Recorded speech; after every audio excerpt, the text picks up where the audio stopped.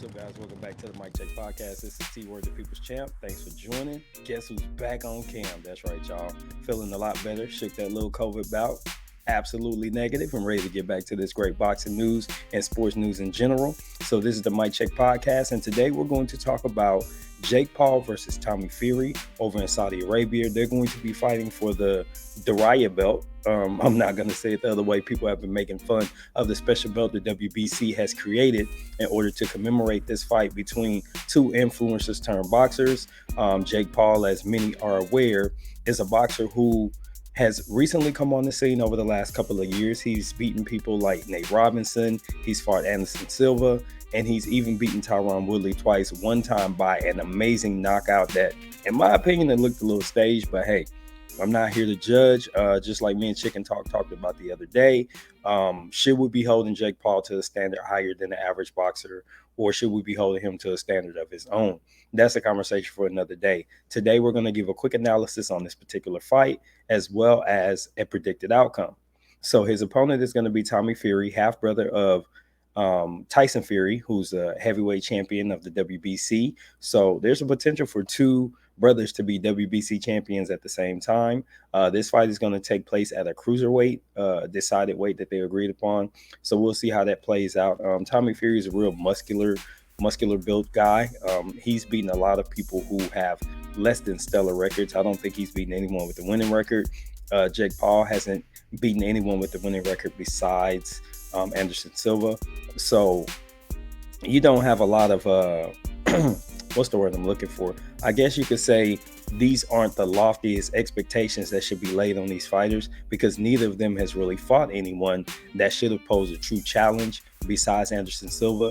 And the Spider was in there. I mean, it's a great opportunity to get a check. He just enjoys fighting. I don't think he cares if he won or lost. And it was considered somewhat of an exhibition to some degree, because it was really hard to get sanctioned because of the age gap and stuff like that.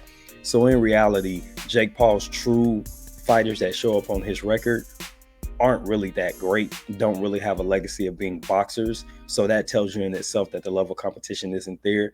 I guess it's the same as if he was fighting at the prospect level in a truer sense of like maybe the unknown boxers do, fighting guys at your skill level or just a little bit better than you. So maybe he's achieving that. Tommy Fury seems to be fighting guys under his skill level.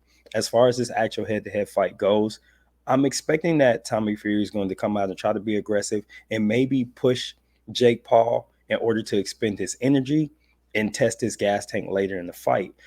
Jake Paul has shown a habit to just run out of gas. You can see he's tired. By the time he gets to the sixth round, he's gassing out. And, you know, whatever people want to say about whatever supplements he takes or whatever, it's not helping him with endurance. And he's really having a hard time later in fights, even though he's been able to knock down Silva and knock out Woodley.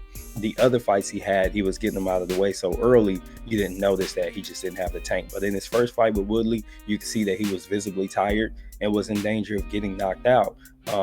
But it seems like Woodley just came off the gas trying to play to the crowd, and it actually hurt him on the cards and he lost. Tommy Fury, on the other hand, he seems to be pretty well balanced. I just don't know that the skill set is there. I mean, when you think of the Furies, you think of a boxing skill set that's very much based around setting up power shots with just a good jab, using some body works and things like that. Even when you look at somebody like Savannah Marshall, who's worked with Peter Fury, the father of both men, Tommy Fury and Tyson Fury, you could see that there's some jerky motion that's being taught, and they just don't use that. He just doesn't use that. So there's a little bit of difference here. I don't know exactly what his approach is going to be. I think it just needs to be pressure. Let your hands go. Don't worry about getting caught, and just go for the gusto. You're going to get paid no matter what, and that's what it's all about, right? And you might win a belt that nobody really cares that much about. They're calling it the Diriyah belt, and that also tells you what they think of this fight. That said, I think Tommy Fury has an opportunity to win. However, I am picking Jake Paul to win the fight simply because I just think that he has all the advantages. He has more power from what I can tell. He also has better boxing skills overall that I can tell. And if he can withstand the pressure and reserve some energy, I think later in the fight he might actually get a knockout. So I'm going to be predicting Jake Paul by late round knockout.